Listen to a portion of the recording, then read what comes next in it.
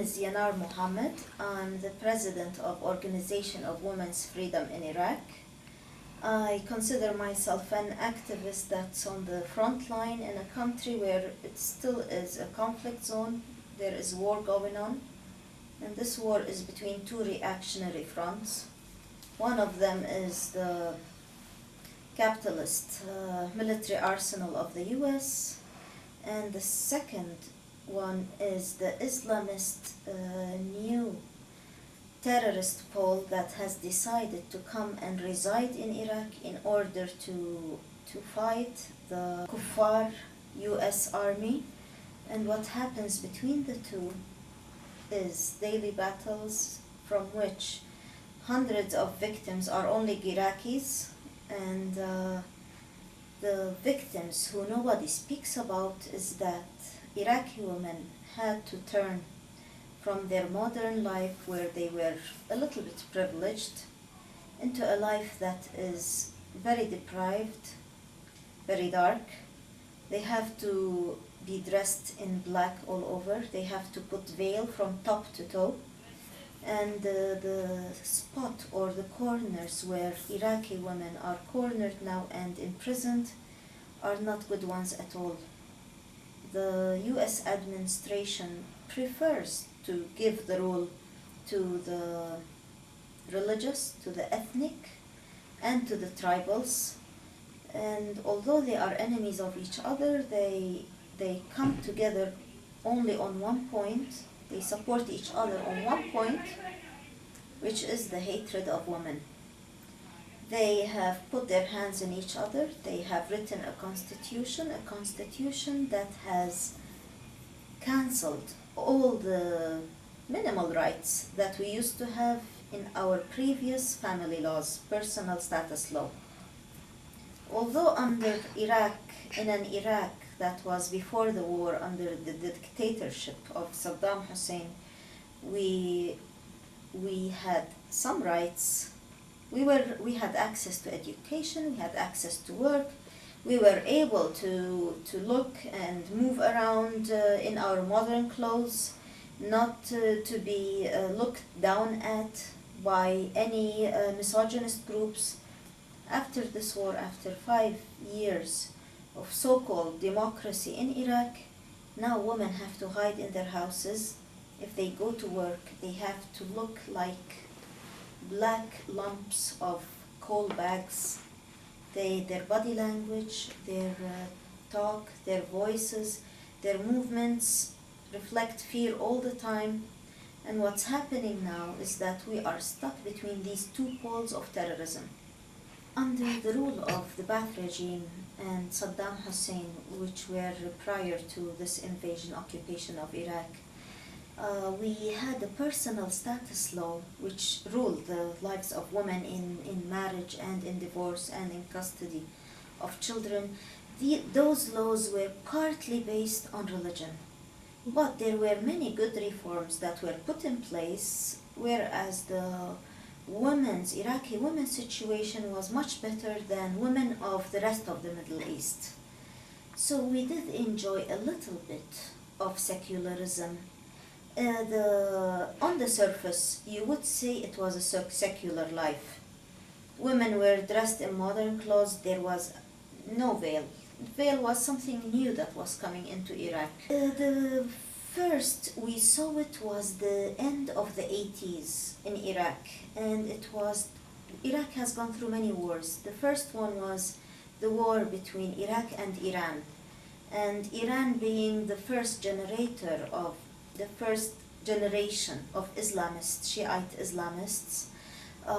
Some of those vigilantes have come into Iraq and have started underground movements of political parties that are based on Islam.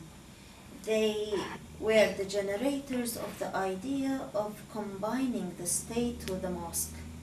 And it was something new to Iraq. But they did not really gain ground until what happened in 1990 when Saddam Hussein invaded Kuwait. an Arab country invading another Arab country ended the Arab nationalist alliance, and Saddam found himself alone on the front with no Arab allies. So then he decided to start flirting with the Islamists around in the Middle East and in the world. So he started to build all these mosques around us in our cities. It reached a point where we have a saying in Baghdad, between every mosque and mosque you would find a third mosque. And it was his way of gaining resources and support and political support for himself, because he had lost the Arab allies. But the problem was that women started to lose their rights. Women started to wear the veil. Towards the end of the 90s, you could see that in the street, you would see almost 10 to 15% of the women had the veil on. Under Saddam, although it was the continuity of some periods of the modern history of Iraq, where it was a pseudo-socialism and under which women could have some rights, under Saddam and with the chaos he brought about in the area and politically, he gave away some of our social situation for tribes, some of it for Islamists, and in the end, with this big challenge rhetoric against American policies, he practically invited them to Iraq. They came, they occupied, and they created this political vacuum for all the surrounding political movements to come into Iraq. And the surrounding political movements in the area were mostly Islamist. So for the first time in our modern history, Iraqi women find themselves under the rule of Islamist parties whose first point on their agenda is to raise their flag on their areas of authority, and that is the veil of women. It doesn't start there but doesn't end there. It goes to legislation, it goes to institutionalization of the issue. You go into the schools, you see, we used to see pictures of Saddam all over the schools and workplaces. At this point, you go into these places, you see pictures of the religious symbols. They teach the children at this point in schools how to chant religious songs that support the killing of Hussein, and this is another Hussein 5,000 years back. So all of a sudden, our texts in the schools, the educational texts, turned from Arab nationalist, where Saddam was the hero, into a religious context where Islam is the culture, where praying and chanting religious songs were the thing to do and were the thing to teach to children. And no arts, no music, and everything has to go into an age of darkness where children grow up with it, and on these texts, women have no existence at all. Women are that domestic part of the society where they have to submit, where they have to support, and if they want to become political, the best way possible is to support the jihadi men, their husbands, maybe help them in their jihad in Iraq against the US, in Palestine against, but they are just claims. The real conquest or the real project of these Islamists is to turn Iraq into an Islamist state, just like Iran, the Islamic Republic of Iran, and also part of Iraq was following the Al-Qaeda example. So all of a sudden, in an Iraq torn between Sunni and Shiite, in a sectarian war, torn between an Islamist rule, Iran-style Islamist rule, and Al-Qaeda-style Sunni rule, women from all over Iraq shared the oppression. The only part which was outside the Islamic rule, which is the northern part of Iraq, which is called Kurdistan of Iraq these days, oppression of women was not much less, but the sources of it were tribal. And they have risen much more in these times where this part of Iraq is supposed to be democratic. The numbers of women who commit suicide, who burn themselves, who are killed for honor-killing reasons are more than before. So with the northern so-called secular part of Iraq, and it's not secular, we know, like it's partly based on religion, and with the southern Islamist rule of Iraq, all the women of Iraq are sharing one destiny that is very bad, and it comes as a result of silence and of accepting what people think as their culture, which is Islamism, which came as a replacement for the previous pan-Arab nationalist project.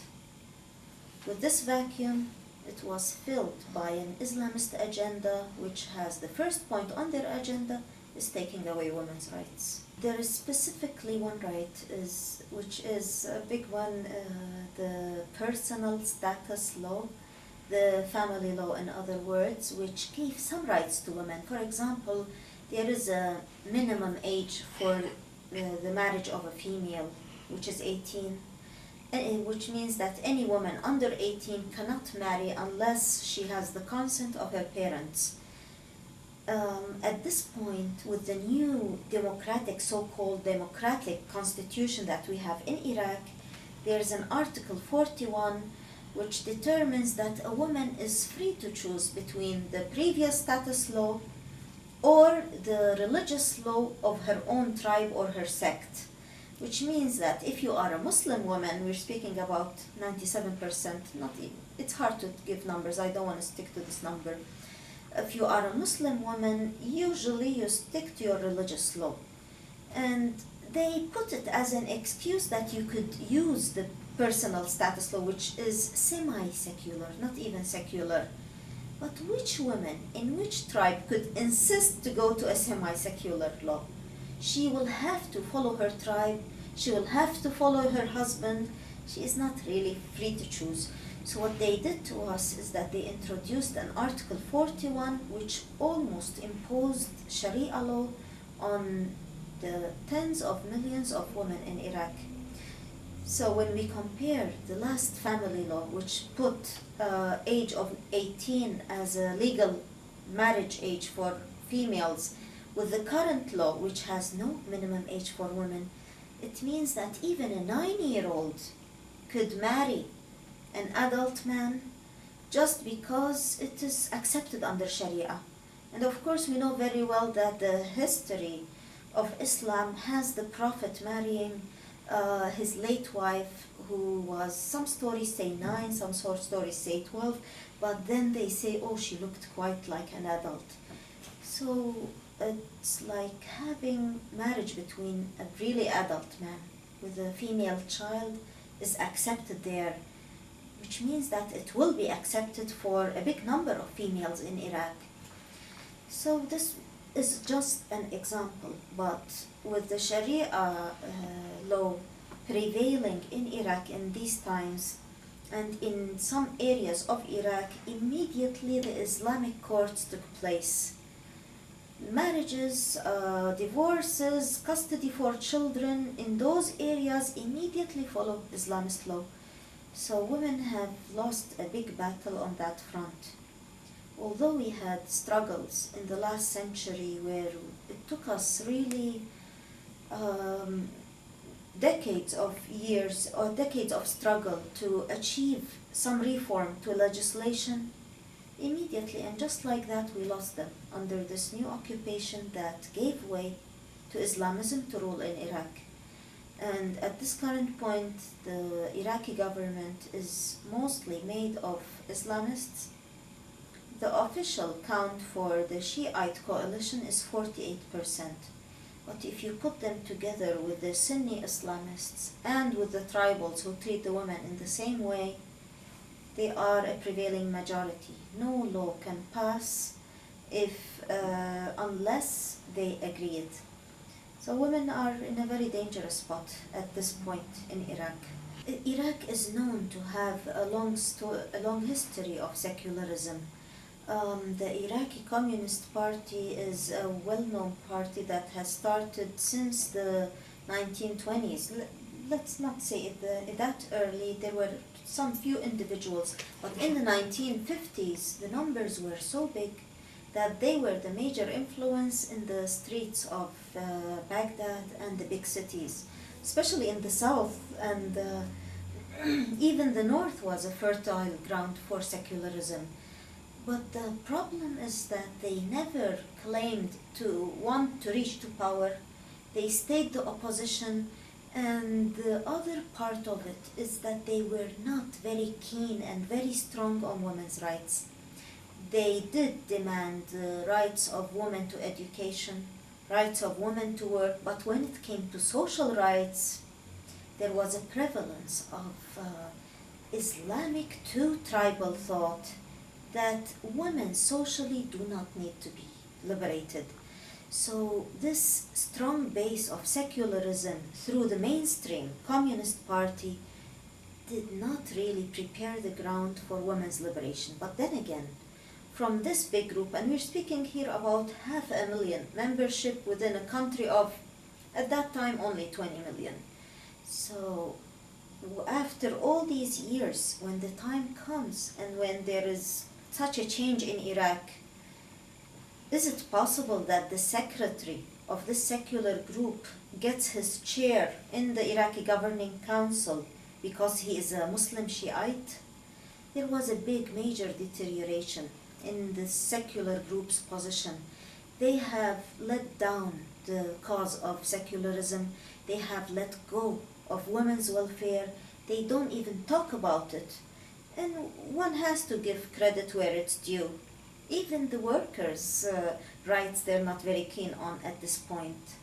They have really regressed, and we know as women in Iraq that they will not defend our full equality with men. So we know that our voices have to raise high, we have to really shout really hard to be heard, that secularism for us should be the base. And in many of our demonstrations, we have raised the slogans of secular constitution, egalitarian constitution is our demand. And unfortunately, the big base, broad base of women activists who are affiliates of this mainstream political party who is assumedly secular, they do not support full equality. They do not support secular constitution. So we find ourselves the radical, we do not think we are radical, but if we compare ourselves to the rest of the spectrum, we are, just because we want secularism. So eventually, this broad base of leftism in Iraq, mainstream leftists, they do not defend secularism anymore. For us women who want to have a constitution that respects our rights, can be nothing less than a secular egalitarian constitution. And of course we know that secular by itself may not be humane enough. For example, some secular systems like in Turkey or in some other nationalist countries do not respect the rights of minorities, still have some ethnic clashes and other problems, but secularism, in our opinion, is the first step for a woman to reach to her rights. That's why we always start our phrase of our demand of the Constitution. We say that what we need in the Constitution is for it to be secular, egalitarian Constitution.